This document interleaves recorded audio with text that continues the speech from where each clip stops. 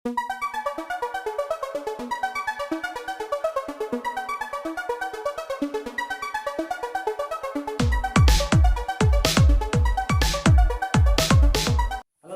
मैं रंजन कुमार आप सबका एक बार फिर से हार्दिक स्वागत करता हूं अपने YouTube channel Gurukul number 1 math study centre पर। दोस्तों, मैं आप लोगों के सामने अभी संख्या पद्धति का प्रॉब्लम वीडियो बना रहा था, तो चलिए मैं ज्यादा देर आप लोगों के सामने नहीं बोलना चाहता हूं, तो चलिए हम चलते हैं फटाफट। आज भी मैं आप लोगों के सामने प्रॉब्लम का वीडियो लेकर के आया हूं। तो चलिए, आप नंबर सिस्टम का है कुछ प्रॉब्लम जो बहुत इंपॉर्टेंट है, उसका हम पार्ट 3 लेकर के आप लोगों के सामने प्रस्तुत करते हैं। आइए देखते हैं कुछ प्रश्नों को। देखिए, अगर कभी कभी आपको प्रश्न इस तरह से अगर पूछ दे कि 11,158 में कौन सी संख्या जोड़ी जाए कि योगफल 77 से पूर्णतया विभक्त हो जाए, अगर इस प्रकार के प्रश्न अगर आपको रहता तो कैसे आप इसको बहुत आसानी से आप बना सकते हैं। देखिए, सबसे पहला काम इसमें कीजिए कि जो इस संख्या रहेगा इसमें आपको जो कह रहा है इसमें इससे भाग दीजिए। 11 1 5 8 यानी 11,158 77 से भाग दीजिए। यहाँ सबसे पहले आप लगाइए एक मरते लगाइए। 11 में 7 गया था 4, 10 में 7 गया 3, यहाँ ऊपर से उतरेगा कितना 5, यहाँ हो गया 3 4 5 345। अब 77 से आप यहाँ लगाइए। देखिए, अगर आप 5 मरते लगाते हैं तो कितना होगा देख लेते हैं। 7 बजे 35 होते 385, ज्यादा हो गया नहीं लगेगा, तो इसका मतलब कि 4 से लगेगा। 4 से गुना करिए, 7 चौके 28, 7 चौके 28 2 30, 308 आपका लग जाएगा। तो 308 अगर लग जाएगा तो यहाँ लगाइए कितना मरते 4 मरते लगाइए 308। यहाँ पर देखिए 15 में 60 गया 7, यहाँ पर बच गया आपका 3, ठीक है, यहाँ खत्म। तो यहाँ पर आपको उतर गया 37, तो 37 अब ऊपर से उतरेगा कितना आपका 8। अब यहाँ देखिए 378, अब 378 में भी आप देखिए 5 से तो लगेगा नहीं क्योंकि ज्यादा है, तो जब भी लगेगा तो आपका 4 से लगेगा। फिर पुनः एक बार 4 से आप लगाइए कितना 308, 8 में से 8 गया 0, 7 में 0 गया 7, यहाँ खत्म 70। देखिए यहाँ 70 शेष बचा। देखिए, जस्ट इसके पहले वाला वीडियो में आपको हम बताए थे कि कौन सी संख्या घटाई जाए कि वह पूर्ण तक कट जाता, तो उसमें क्या करते थे कि अगर शेष ही नहीं रहता तो मेरा आंसर होता। लेकिन यहाँ पर प्रॉब्लम क्या है कि कौन सी संख्या जोड़ी जाए। तो देखिएगा, आप जब भी याद रहेगा आपको जोड़ी जाने वाली संख्या पूछेगा तो आपको क्या करना है, सेम प्रोसेस यहाँ तक करना है। और आपका आंसर क्या होगा कि देखिए, जिससे हम भाग दिए हैं जो मेरा शेष बचा है, आपको लास्ट में करना क्या, इसमें से इसको आप घटाइए, यानी 77 में से 70 को घटाइए। तो जैसे ही अगर हम 77 में से 70 को घटाते हैं तो मेरा आंसर क्या आता है 7। यानी कि देखिए, अगर 7 मेरा कहने का मतलब ये है कि अगर 7 इसमें और ज्यादा रहता तो 70 + 7 77 होता, और अगर 77 होता तो निश्चित है कि फिर एक से कट जाता। तो इसका मतलब है कि जब भी इस प्रकार के आपको प्रॉब्लम रहेगा, आपको भाग देना है, जो आपका शेष रहेगा उस शेष को क्या करना है कि जिससे हम भाग देंगे उसमें से इसको घटाना है, और घटा कर वो जो मेरा होगा वही संख्या होगा जो कम से कम अगर हम उतना जोड़ देंगे तो वो मेरा आंसर उसका आ जाएगा। तो इसका आंसर क्या हुआ कि इसमें कौन सी संख्या जोड़ी जाएगी योगफल 77 से कट जाएगा, तो आंसर आपका हो गया 7। यानी कि 7 अगर हम जोड़ देते हैं तो मेरा आंसर हो जाएगा। ठीक है, तो इस प्रकार के जो भी प्रॉब्लम रहेंगे आप आसानी से इस तरह से आप बनाएंगे। चलिए आगे देखते हैं प्रॉब्लम। हम एक सवाल है जो इसी दोनों जो जस्ट 2 प्रश्न इससे पहले हम जो पिछला वीडियो का प्रश्न और एक प्रश्न, इसी पर आधारित एक और प्रश्न है जिसको आप समझिए बहुत आसानी से। अगर प्रश्न आपको इस तरह से रहता है कि 457 के समीपतम कौन सी संख्या है जो 11 से पूर्णतः विभक्त है। देखिए, बहुत बढ़िया सवाल जिस पर विद्यार्थी लोग कंफ्यूजन हो सकते हैं। ऑप्शन अगर देगा तो कभी कभी तो आप इसको ऑप्शन से भी आप बना सकते हैं, लेकिन सबसे पहले मैं आपको बेसिक बता रहा हूं कि आप कैसे इसको बना सकते हैं। यहां पर कह रहा है कि 457 के समीपतम कौन सी संख्या जो 11 से पूर्णतः कट जाए। अब देखिए, जब 457 के समीपतम की बात आ रहा है तो अगर हम थोड़ा सा अगर हम समझिएगा बात की ओर, तो 457 के समीपतम अगर देखा जाए तो इधर वाला भी संख्या हो सकता है और इधर वाला भी संख्या हो सकता है। अब डिपेंड करेगा कि कौन सी संख्या इससे ज्यादा दूरी पर है और कौन सी संख्या इधर में ज्यादा दूरी पर है। यानी कि इसके समीपतम इधर भी हो सकता है आंसर और इधर भी हो सकता है, यानी कि इससे कम वाला भी और इससे ज्यादा वाला भी। तो कम वाला के लिए इसका मतलब है कि इससे कम के लिए है कि इसमें कुछ घट करके संख्या होना चाहिए, और अगर ज्यादा का मतलब है कि इससे बढ़ करके होना चाहिए। तो अगर आप बेसिक बनाएंगे तो आपको यही हम बता देते हैं कि देखिए, जो प्रश्न भी हम 2 को बताए हैं आपको कि कौन सी संख्या जोड़ी जाए और कौन सी संख्या घटाई जाए कि वह पूर्णतः किसी संख्या से कट जाए, तो आप यहाँ पे आप देखिए सवाल वही दोनों का मिला हुआ रूप यहाँ पर है। 457 के समीपतम कौन सी संख्या है जो 11 से पूर्णतः विभक्त है। अब इसमें मेरा क्या आंसर होगा तो हमको मालूम है नहीं, हम आपको पहले तो हम बेसिक बता रहे हैं, इसके बाद ऑप्शन से भी आपको तुरंत बता देंगे। तो पहला काम कीजिए, आप ऐसा संख्या निकालिए कि जो जस्ट इसके पहले वाला आवे और 11 से कट जाए। और फिर एक ऐसा संख्या निकालिए जो इसके बाद वाला भी आए और 11 से कट जाए, और देखिए कि दोनों में कौन संख्या इसके नजदीक है, वही आपका आंसर होगा। तो चलिए हम पहले वाला संख्या अगर देखेंगे तो क्या करना होगा, हमको 11 से 457 में भाग देना होगा। तो अगर इसमें हम भाग देंगे 11 चौके 44, यहाँ 1 7, 11 इकाई 11, देखिए 7 में से गया तो 6 बच गया यहाँ, यानी कि देखिए 6 मेरा अगर शेष नहीं रहता तो यह संख्या निश्चित 11 से कटता, यानी कि अगर एक संख्या मेरा अगर आता तो क्या आता, 457 माइनस 6, तो 457 में से अगर हम 6 घटाएंगे तो 7 में से 6 गया तो 1, यहाँ उतरा 5, 451, यानी एक संख्या मेरा ऐसा होता 451 जो कि मेरा 11 से कट जाएगा, यानी इससे पहले वाला। अब हम देखते हैं कि बाद वाला कौन संख्या है जो इसको काट सकता है, तो फिर पुनः जोड़ने वाला कंडीशन पर हम लागू करके देखते हैं। 457 में भाग देंगे, 11 चौके 44, 1 फिर 7, 11 का 11, यहाँ 6, मतलब सेम यही पर है प्रक्रिया। इसी में दो सवाल हम दो प्रश्न है, दो संख्या हमको मिल सकता है। एक तो गया कि इसको 6 घटा दिए, तो एक क्या करेंगे कि इसके बाद वाला के लिए क्या करेंगे, इसमें से इसको घटाएंगे, तो 11 से 6 घट गया तो कितना 5। अब 5 को क्या करेंगे कि इस 457 में हम जोड़ देंगे, तो 457 में अगर हम 5 जोड़ेंगे तो क्या होगा, 457 प्लस 5, 57 58 60 2 यानी 462, यानी कि एक संख्या बाद वाला क्या आएगा 462 और एक संख्या पहले वाला 451। तो अब यहां देखिए हमको संख्या था कौन 457। अब आपको देखना है कि आपके हिसाब से आंसर दोनों संख्या है जो 11 से कट रहा है, पहले वाला भी और बाद वाला भी। अब सवाल है कि दोनों में नजदीक कौन, क्योंकि हमको 457 के समीपतम पूछ रहा है। तो अगर आपको नजदीक देखिए तो यहां से ये दोनों के बीच में कितना का अंतर है, तो 7 में से गया था 6 का अंतर, ठीक है। इसके बीच में कितना का अंतर है, तो 7 में से 2 गया था 5 का अंतर। अब बताइए 5 कदम आगे बढ़ना नजदीक है कि 6 कदम पीछे हटना नजदीक है, तो निश्चित है कि आप अगर कहेंगे 5 कदम आगे बढ़ जाएंगे, 5 कदम जाना होगा यहाँ 6, तो यानी कि जब इसके समीपतम देखा जाए तो यही संख्या होगा। तो मेरा आंसर हो गया यहाँ पर 462। अब देखिए ऑप्शन ये आपका बेसिक फंडा है, इस प्रकार के जो भी प्रश्न आपको जैसे भी रहेगा आप इस तरह से इसको बनाइएगा। ऑप्शन में देखेंगे अगर, तो अगर हमारा आंसर आया था 451 462, लेकिन फाइनल आंसर 462 हुआ। देखिए यहाँ 450 451 460 462 ऑप्शन में दोनों संख्या। अब सवाल है कि आंसर कौन होगा, तो आप यहाँ से खुद देख सकते हैं। अगर ऑप्शन से आपको बनाना होगा तो इतना करना भी नहीं पड़ेगा पूरा। देखिए 11 से कटना चाहिए, 11 से आप अगर इसको देंगे तो 11 चौके 44 नहीं कटेगा, ये तो ऐसे ही काम खत्म हो गया, ये तो आपका ऐसे ही फेल हो गया। अगर इसको हम देखते हैं 11 चौके 44 और 2, ये भी आपका नहीं कटेगा, तो ये भी फेल हो गया।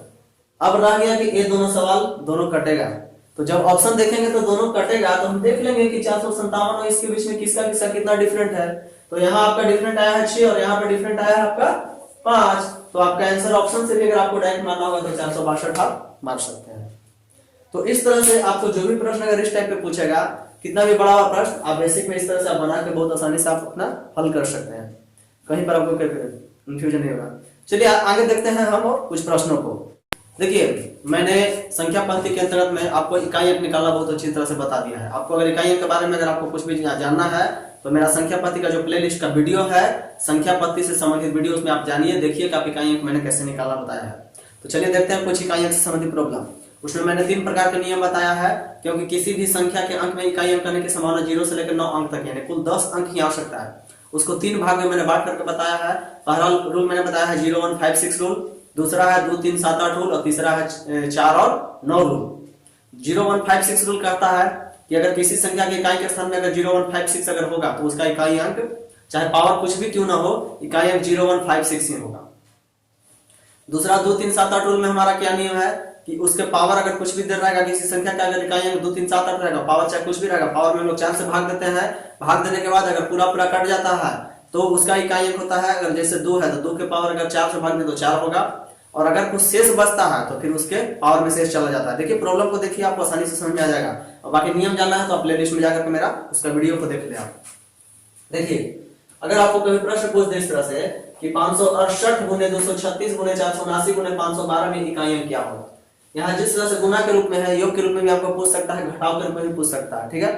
देखिए तो फटाफट आपको कुछ नहीं करना, तो बहुत आसानी से आप बना सकते हैं। देखिए आप यहाँ से देख सकते हैं, अगर इसका सॉल्यूशन देखा जाए, इसका इकाई अंक है 8, इसका इकाई अंक है 6, इसका इकाई अंक है 9 और इसका इकाई अंक है 2। देखिए पूरा संख्या को गुना करना बहुत टफ है, तो आप वैसा काम नहीं करेंगे, आप इसका इकाई अंक इसका सबका लिखते जाएंगे। अब यहाँ देखिए 8 6 9 2 ये सबका इकाई अंक आ गया। अब गुना के टर्म में या तो इसको गुना कर दीजिए फटाफट एक तोड़ी, और नहीं तो आप यह भी कर सकते हैं, चलिए ये दोनों को गुना कीजिए 8 छक्का 48, फिर ये दोनों को गुना कीजिए 9 दूनी 18, आप किसी को भी गुना कर सकते हैं। फिर पुनः यहां से देखिए इसका इकाई अंक हो गया 8 और इसका इकाई अंक फिर हो गया 8, अब ये दोनों को गुना कर दीजिए तो 8 64, फिर पुनः इसका इकाई अंक हो गया 4।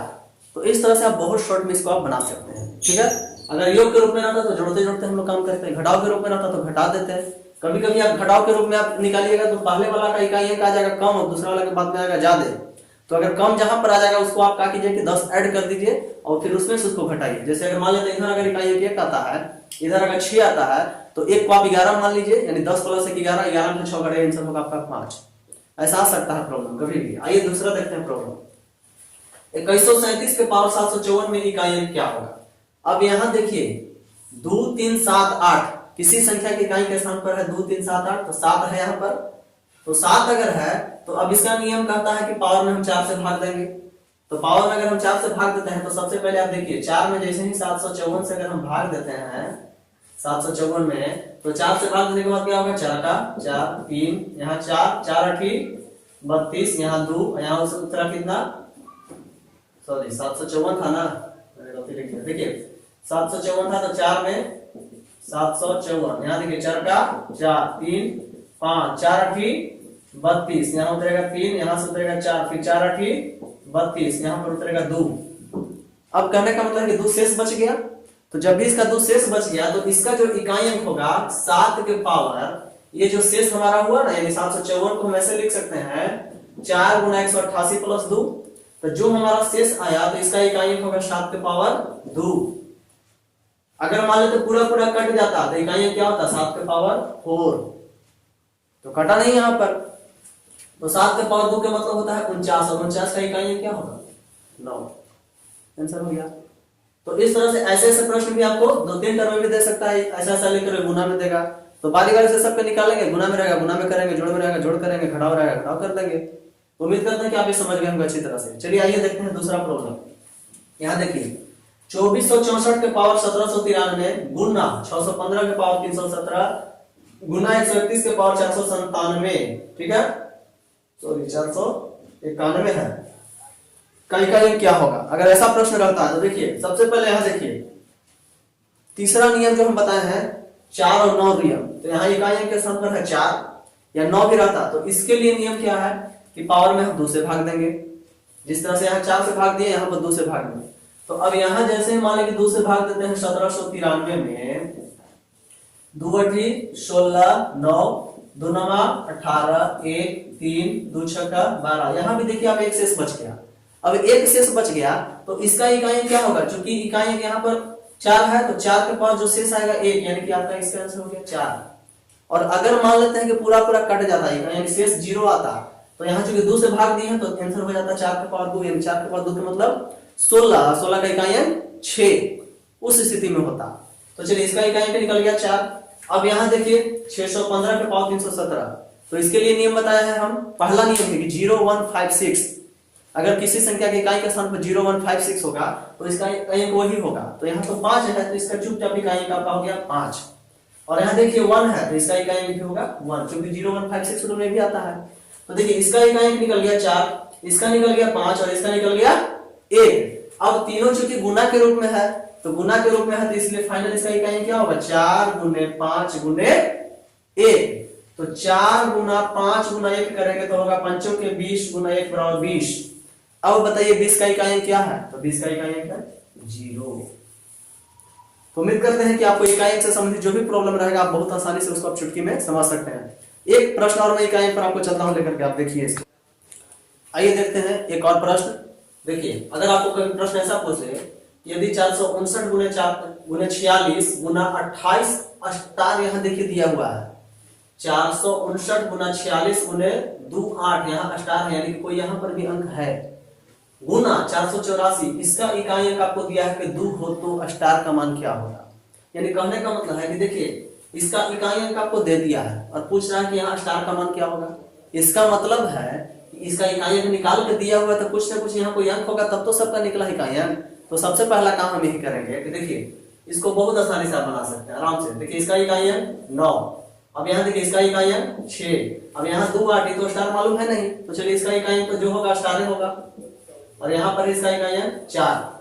अब चूंकि ये सब गुना में है तो कहीं ना कहीं सबको हम गुना करेंगे। अब गुना करने के बाद अगर आप देखेंगे तो देखिए हम दम शॉर्ट में आपको बताते चलते हैं, 9 छक्का 54, 54 की इकाई अंक 4। चलिए तब हो गया 4 गुने स्टार गुने यहाँ 4, 4 चौके 16, यहाँ देखिए 4 चौके 16, 16 गुने स्टार हुआ तो 16 की इकाई अंक 6। तो अब यहाँ से 6 गुना स्टार, अब देखिए 6 गुने स्टार और इसका इकाई कहाँ दिया हुआ है 2, यानी फाइनल तो आपका 2 है। अब यहाँ से आप आसानी से बता सकते हैं कि 6 में कौन सा संख्या हम गुना कर रहे हैं कि हमारा उसका इकाई अंक 2 आना चाहिए, यानी स्टार का मान क्या यहाँ रखते हैं कि गुना करने के बाद हमको इकाई अंक 2 आना चाहिए। जैसे देखिए अगर 0 रखेंगे तो 6 गुना 0 0, तो 0 तो होगा नहीं। 1 रखेंगे तो 6 गुना 1 6, 0 रखेंगे तो देखिए 6 गुना 0 0, अगर 1 रखेंगे तो 6 गुना 1 6, अगर हम 2 रखेंगे तो 6 दूनी 12। अब देखिए 0 रखने से इकाई अंक 0 आया, 1 रखने से इकाई अंक 6 आया, और 2 रखने से आपका इकाई अंक क्या आ गया 2 आ गया। तो आपका आंसर में भी तो 2 है। तो इससे साबित होता है कि जब आपका ये 2 आ गया तो इसका मतलब है कि स्टार का मान क्या होना चाहिए, तो स्टार का मान आपका होना चाहिए 2, यानी कि अगर आप स्टार का मान अगर 2 रख देते हैं तो आपका आंसर आसानी से आ जाएगा। तो उम्मीद करते हैं कि इस तरह से आपका इकाई अंक से संबंधित जो भी प्रॉब्लम होगा आप आसानी से आपको समझ में आया होगा। तो चलिए आज का हम प्रॉब्लम वीडियो यहीं पर करते हैं, कल हम फिर आपसे पार्ट 4 लेकर के आप लोगों के सामने आते हैं। और दोस्त लास्ट में करते हैं कि अगर आपको सेशन मेरा पसंद आता हो, पढ़ाने का टेक्निक अच्छा लगता हो तो आप इसे प्लीज इसे लाइक कर दीजिए, शेयर कर दीजिए और अपने दोस्तों तक को बोल दीजिए कि आप सब्सक्राइब कर ले चैनल को, ताकि नोटिफिकेशन भी आपके पास पहुंच जाए। तो चलिए मिलते हैं नेक्स्ट वीडियो में, तब तक के लिए धन्यवाद, जय हिंद।